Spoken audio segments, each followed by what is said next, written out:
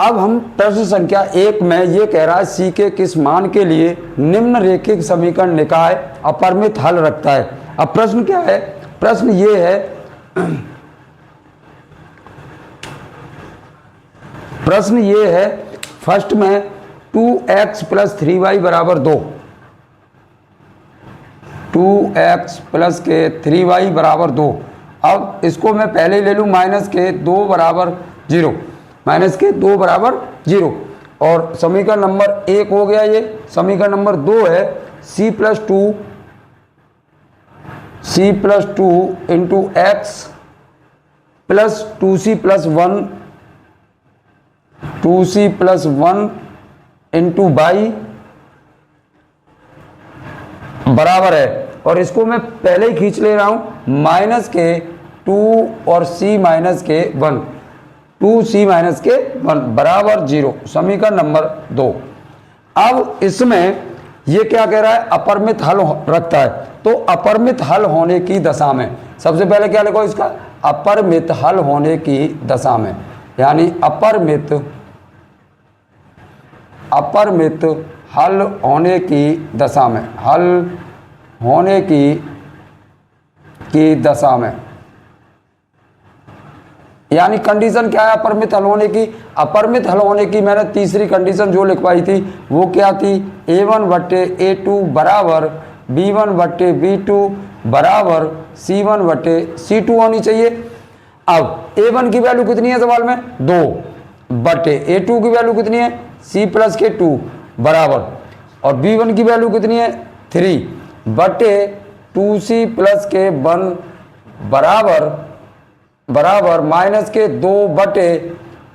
2 बट्टे और c minus के 1, यानी c1 की वैल्यू कितनी है, माइनस के 2, और c2 की वैल्यू कितनी है, माइनस के 2 और c माइनस के 1। इस माइनस से ये कट गया। अब इसका मतलब ये हुआ कि ये बराबर इसके है और ये बराबर इसके है, तो सबसे पहले हम इसको बराबर रख दें इसके, तो ये कितना हो जाएगा, यानी 2 बट्टे c प्लस 2 बराबर 2 बट्टे 2 और c माइनस के 1, 2 से ये कट गया, और इसका मल्टीप्लाई करो इधर, तो ये कितना हो जाएगा 2 और c माइनस के 1 बराबर और c प्लस के 2। अब इसका मल्टीप्लाई करो तो 2c माइनस के 2 बराबर c प्लस के 2, इसको इधर ले आओ, यानी 2c माइनस के c बराबर 2 प्लस के 2। अब 2c में से c गया तो कितना बचा, c, और 2 प्लस 2 बराबर कितना हो गया, 4, 2 प्लस 2 बराबर कितना हो गया, 4, यानी c बराबर 4 के लिए ये रेखिक समीकरण युग्म जो है अपरिमित होने की अपरिमित हल रखता है। अब इसका सेकंड पार्ट है, सेकंड पार्ट देखो, इसका सेकंड पार्ट है, इसका सेकंड पार्ट है c minus 1 into x, c minus 1 into x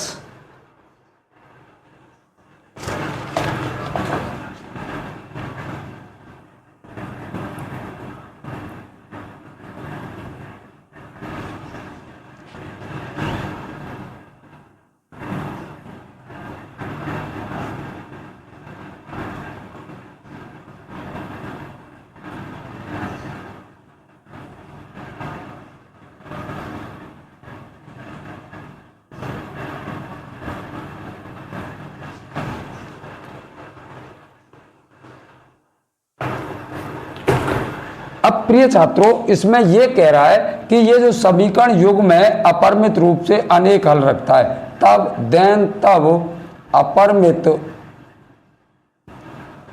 अपरिमित हल होने की दशा में, कंडीशन क्या है, दशा क्या है, यानी इसकी कंडीशन क्या है, कंडीशन ये है, वही कंडीशन है a1 बट्टे a2 बराबर b1 बट्टे b2 बराबर c1 बट्टे c2। a1 की वैल्यू कितनी है, c माइनस के 1 बट्टे इसकी वैल्यू कितनी है, c प्लस के 1 बराबर b1 की वैल्यू कितनी है, माइनस के 1 बटे और 1 माइनस के c बराबर माइनस के 5 बटे और माइनस के यहाँ से कॉमन ले लो तो 3c प्लस के 1, इससे ये कट गया। अब हम क्या करें, सबसे पहले इन दोनों को हल कर लें, यानी माइनस के 1/1 माइनस के c बराबर 5/, और 3c प्लस के 1। अब क्या करें हम, क्रॉस गुणा। अब इसका माइनस के कितना हो गया, माइनस के 3c और माइनस के 1 बराबर 5 का इसमें मल्टीप्लाई करेंगे तो कितना हो जाएगा 5, और माइनस के ये कितना हो गया 5c।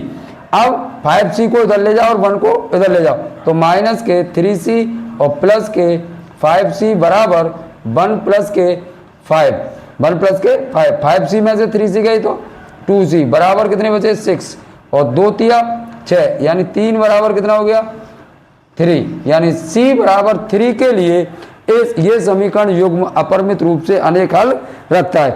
अब हम बढ़ते हैं प्रश्न संख्या 3 की तरफ। इसी के इसका थर्ड पार्ट है cx plus 3y, cx plus के 3y माइनस c माइनस के 3, c माइनस के 3 बराबर 0, बराबर 0, c माइनस के 3 बराबर 0। और समीकरण नंबर 1 हो गया ये, और समीकरण नंबर 2, यानी समीकरण नंबर 2 है 12x प्लस के cy माइनस के c बराबर 0, समीकरण नंबर 2, cy माइनस के c बराबर 0। अब इसका ये क्या है कंडीशन, देन तब अपरिमित, वही बात है, अपरिमित रूप से हल होने की दशा, वही कंडीशन लगानी है हमें, हल होने की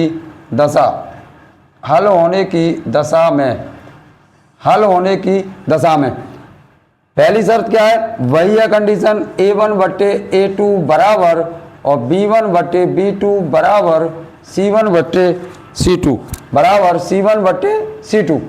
अब a1 की वैल्यू कितनी है यहाँ पर c, a1 की वैल्यू c और उसकी कितनी है 12, b1 की वैल्यू कितनी है 3 और उसकी वैल्यू कितनी है c, बराबर माइनस के c माइनस के 3 माइनस के c, इससे ये कट गया।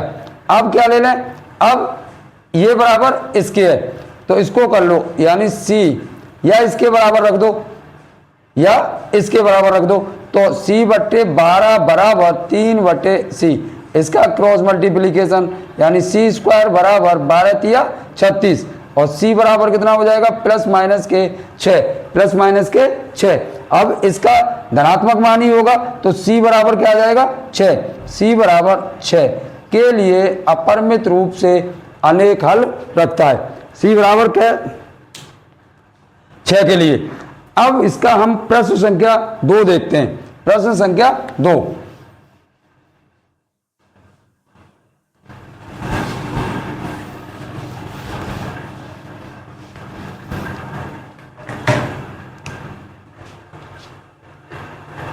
प्रिय छात्रों प्रश्न संख्या 2 है, एक इस मान के लिए निम्न रेखिक समीकरण निकाय कोई हल नहीं रखता है। प्रश्न ये दे रखा है ax प्लस 3y और ये जो दे रखा था बराबर a-2 था, तो मैं इसको पहले ही खींच लाया, यानी a- यानी खींचने का मतलब है मेरा तात्पर्य है कि इसको मैं बराबर से पक्षांतर करके लाया हूं तो माइनस का हो गया। अब इसका वो है 12x प्लस के ay और ये बराबर a था तो माइनस का a कर लिया। अब क्या है, यानी समीकरण निकाय कोई हल नहीं रखता है, देन तब यानी कोई हल न होने की दशा में, कोई हल न होने की दशा में अब कंडीशन क्या है, जो दूसरी कंडीशन मैंने लिखवाई थी, यानी a1/a2 बराबर b1/b2 बराबर b1/b2 और is not is equal to c1/c2 होनी चाहिए। अब a1 का मान कितना है a1 का मान कितना है a और a2 का मान 12 बराबर a2 का मान कितना है 12। अब इसका मान कितना है 3 और इसका मान a is not is equal to minus k a minus two बटे माइनस के ए। इस माइनस से ये कट गया। अब इन दोनों को क्या कर लो, हल कर लो, बराबर कर लो। तो a बटे 12 बराबर 3 बटे a, क्रॉस गुणा यानी a स्क्वायर बराबर 12 तिया 36, यानी a की वैल्यू प्लस माइनस के 6। a की वैल्यू कितनी आएगी, प्लस माइनस के 6। माइनस को छोड़ देंगे तो a की वैल्यू कितनी आ जाएगी, क्योंकि इसका समीकरण का एक ही हल होगा, यानी a की वैल्यू एक ही होगी, एक बात है इसके लिए। तो a की वैल्यू कितनी हो गई, 6, यानी ये इसका क्या हो गया आंसर। सेकंड पार्ट है इसका 3a plus 1 into x plus 3y minus k 2 बराबर 0 और a square plus 1 into x plus के a माइनस 2y और माइनस के 5 बराबर 0। अब इसकी वही कंडीशन रखेंगे। कौन सी कंडीशन है, कोई हल न होने की दशा में, यानी कोई हल न होने की दशा में, न होने की दशा में, कोई हल न होने की दशा में क्या कंडीशन है, a1 बटे a2 बराबर b1 बटे b2 और is not is equal to c1 बटे c2। a1 की वैल्यू कितनी है, a1 की वैल्यू है 3a प्लस के 1 बटे a स्क्वायर प्लस के 1 बराबर b1 की वैल्यू कितनी है 3 बटे a माइनस के 2 और c2 is not is equal to minus k 2 बटे माइनस के 5, माइनस के 5। अब इन दोनों को हल कर दो, इन दोनों को हल कर लें तो ये कितना हो जाएगा 3a प्लस के 1 बटे a स्क्वायर प्लस के 1 बराबर 3 बटे a minus k 2। Cross multiply करोगे तो 3a प्लस के 1 इंटू a माइनस के 2 बराबर a स्क्वायर प्लस के 1 इंटू 3। अब इसका गुणा करो 3a स्क्वायर और इसका करोगे तो माइनस के 3 दूनी 6 और a और इस 1 का करेंगे यहाँ से प्लस के a। अब 1 का माइनस से 2 से करें तो माइनस के 2 बराबर इसका करो 3a स्क्वायर प्लस के 3 और 3a स्क्वायर से 3a स्क्वायर कैंसिल हो गया।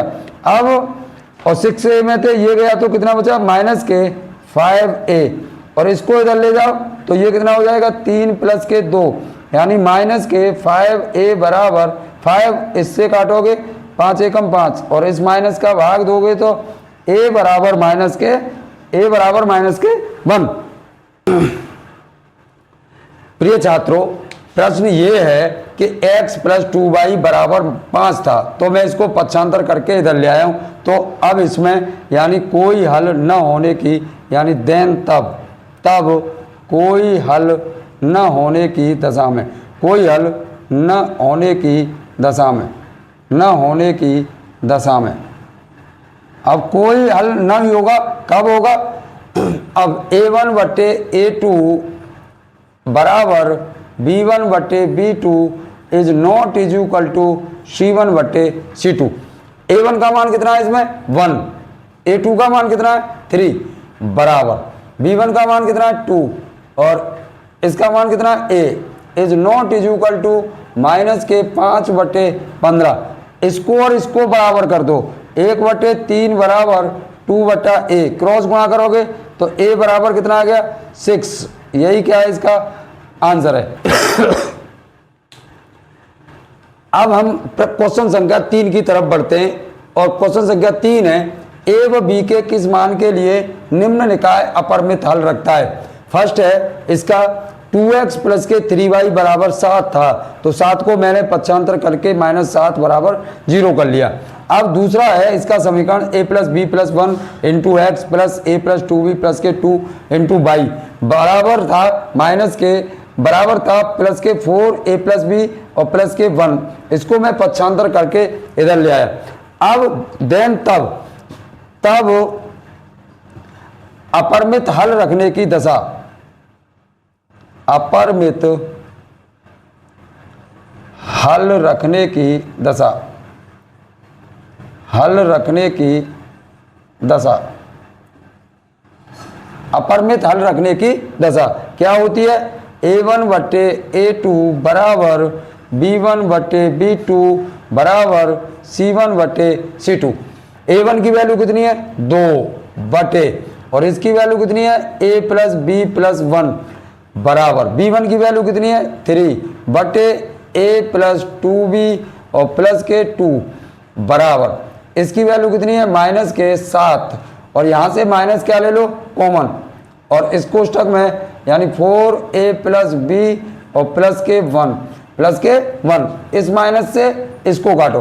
अब पहले इसको इसके बराबर करो तो ये कितना हो जाएगा, यानी 2 बटे A प्लस बी प्लस 1 बराबर 7 बटे, और इसका मल्टीप्लाई करो इसमें तो 4A प्लस के 4B और प्लस 1। अब क्या करते हैं क्रॉस गुणा। अब इसका गुणा करोगे तो 4 दूनी 8A और प्लस के 4 दूनी 8B प्लस के 2 एकम 2, 7 का इधर करो 7A प्लस के 7B और प्लस के 7 एकम 7। अब इनका इधर पक्षांतर कर लो 8A माइनस के 7A प्लस के 8B माइनस के 7B, इसको इधर ले जाओ बराबर 7 माइनस के 2, 8 में से 7 गए तो A और प्लस के B बराबर 5। समीकरण नंबर 3, समीकरण नंबर क्या डालना है 3। अब इसको इसके बराबर रखो, इसको इसके बराबर रखें तो ये कितना हो जाएगा, यानी 3 बटे A प्लस 2B और प्लस के 2 बराबर 7 बटे 4A और प्लस के 4B और कितना हो जाएगा 4B और प्लस 1। अब क्रॉस गुणा तो यहाँ कितना हो जाएगा 7 एकम 7A और प्लस के 7 दूनी 14B और प्लस 7 दूनी 14, 7 का और 3 का इधर करो 4 तिया 12A और 3 चौक 12B और प्लस के 3। अब खींच के लाओ, इसको ले जाओ इधर खींच के तो ये कितना हो जाएगा 12A और माइनस के 7A और प्लस के 12B और माइनस के 14B। अब 3 को इधर ले आओ बराबर 14 माइनस के 3, पक्षांतर कर दिए 12 में से 7 गए तो 5A और यहाँ कितने बचे 14 में से 12 गए तो 2B और यहाँ कितने बचे 14 में से 3 गए तो 11। समीकरण नंबर 4। अब फ्रॉम थर्ड एंड फोर्थ यानी समीकरण 3 व 4 से, समीकरण 3 व 4 से। अब 3 क्या है, यानी A प्लस के B बराबर 5 और ये कितना है 5A और माइनस के 2B बराबर 11। अब इसमें हम मल्टीप्लाई 2 को बराबर करने के लिए क्या करें, B को बराबर करने के लिए 2 का गुणा कर दें तो यहाँ कितना हो जाएगा 2A प्लस के 2B बराबर 10 और इसको 10 का 10 उतार लें माइनस के 2B बराबर 11। इसको क्या कर दें जोड़ दें 2B से। अब ये कितना हो गया 7A बराबर 21 और 7 तिया 21 यानी A बराबर कितना हो गया 3 और A बराबर 3 को कहाँ रख दें समीकरण नंबर 1 में रखने पर। तो समीकरण नंबर 1 कितना है, यानी 3 प्लस के B बराबर 5 और B बराबर 5 माइनस के 3 यानी B बराबर 2, A बराबर 3 और B बराबर 2। अब हम प्रश्न संख्या 3 है, A व B के किस मान के लिए निम्न निकाय अपरिमित हल रखता है और उसका सेकंड पार्ट है और 2x प्लस के 3y बराबर 7 था तो मैंने इसको पक्षांतर करके -7 बराबर 0 कर लिया। उसके बाद a plus b into x plus k 2a minus b into Y और 3a प्लस बी प्लस 1 ये है बराबर 0 है। अब देन तब अपरिमित रूप से हल होने की दशा, हल होने की कंडीशन क्या है, वही कंडीशन है a1 बटे a2 बराबर b1 बटे b2 बराबर c1 बटे c2। a1 की वैल्यू कितनी है 2 बटे a प्लस b बराबर 3 बटे 2a माइनस के b बराबर माइनस के 7 बटे 7 बटे माइनस के 3 और a प्लस बी प्लस 1, इससे ये कट गया। अब इसको इसके बराबर रखो पहले, तो 2 बटे a प्लस बी बराबर 7 बटे 3a प्लस के 3b और प्लस के 3।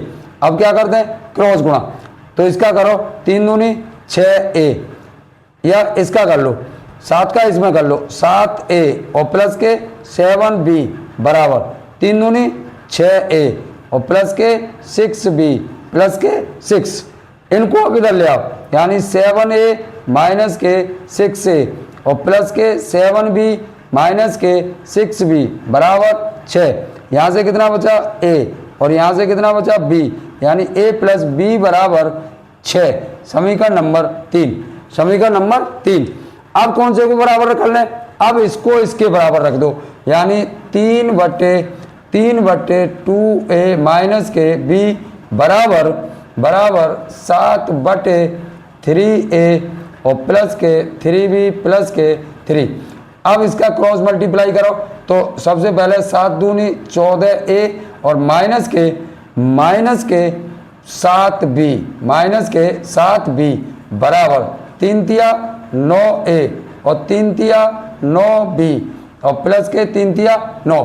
इसको पक्षांतर करके लाओ, यानी 14a माइनस के 9a और 7b माइनस के 9b बराबर 9 बराबर 9। 14 में से 9 गई तो कितने बचे, 9 और 5 14, यानी 5a और माइनस के 9 और 7 16b बराबर 9। समीकरण नंबर 4, समीकरण नंबर 4।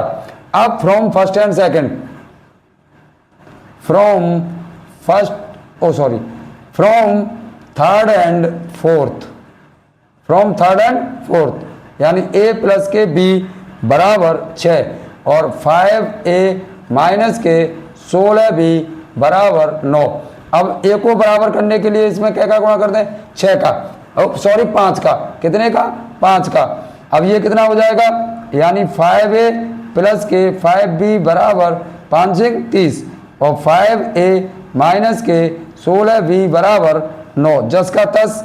अब इसको क्या कर दो, घटा दो, माइनस प्लस और माइनस इससे कट गए। अब प्लस के 16 और 5 21b बराबर, अब 31 में 3 हो गई तो कितने बचे, 21 से कम 21, यानी b बराबर क्या आ गया, 1। एक आंसर तो ये हो गया। और इस b बराबर 1 को समीकरण 3 में रखने पर, समीकरण 3 में रखने पर रखो जी, यानी a प्लस के 1 बराबर 6 और a बराबर 6 माइनस के 1 बराबर 5, यानी a बराबर कितना हो गया, 5। a बराबर 5 और b बराबर 1। अब इसका प्रश्न का तीसरे का थर्ड पार्ट है 3x प्लस के 4y माइनस के 12 बराबर 0। अब इसको हम हल करते हैं, और दूसरा है समीकरण हमारा a plus b into x plus k 2 और a minus b into by minus k 5a minus के 1 इज इक्वल टू 0, यानी देन तब अपरिमित, वही कंडीशन लगानी है, अपरिमित हल होने की दशा, अपरिमित हल होने की दशा में, अपरिमित हल होने की कंडीशन क्या है, यानी a1 बटे a2 बराबर b1 बटे b2 बराबर c1 बटे c2। a1 की वैल्यू कितनी है, 3 बटे a प्लस के b बराबर 4 बटे 2 और a माइनस के b बराबर c1 की वैल्यू माइनस के 12 बटे माइनस के और 5a माइनस के 1, इससे ये कट गया। पहले इसको और इसके बराबर कर दो, तो 3 बटे a प्लस b बराबर 12 बटे और 5a माइनस के 1, क्रॉस गुणा करो, तो इसका सबसे पहले कर लें, तो 12a प्लस के 12b बराबर 15a और माइनस के 3। अब इसको इधर ले जाओ, तो 15a और माइनस के 12b, 15a और माइनस के 12b, इसको ले गए और इसको इधर ले आओ बराबर 3। और इसमें से 15a, इसको ले गई तो 12a, और इधर कितना हो जाएगा माइनस के 12b बराबर 3। इन दोनों को ले गए, 3 को इधर ले आए। अब 15 में थे 3 गए, 12 गए तो कितने बचे 3a, और माइनस के 12b बराबर 3। अब 3 कॉमन ले लिया, a माइनस के 3 चौक 12 बराबर 3, 3 एकम 3, यानी ये बचा। अब यानी ये समीकरण बचा हमारा a माइनस के 4b बराबर 1, समीकरण नंबर 3, समीकरण नंबर 3। अब हम करते हैं इसको और इसको हल। तो ये कितना है, यानी 4/2 का गुणा कर लो, 2a माइनस के 2b बराबर 12 और 5a माइनस के 1, 5a माइनस के 1। अब इसको करो जी, 12 दूनी 24 से माइनस के 12 दूनी 24b बराबर 5 चौक 20a, और माइनस के 4 एकम 4, इसको इधर ले आओ, यानी 24a माइनस के 20a और माइनस के 24b, और बराबर कितने रह गए माइनस के 4, बराबर माइनस के 4। 24 में से 20 गए तो कितने बचे 4a, और माइनस के 24b बराबर माइनस के 4। यहाँ से 4 क्या ले लो कॉमन, a माइनस के 4 छिंग 24, 4 छिंग 24, यानी 6b बराबर माइनस के 4, 4 से 4, यानी a माइनस के 6b बराबर माइनस के 1। अब फ्रॉम थर्ड एंड फोर्थ,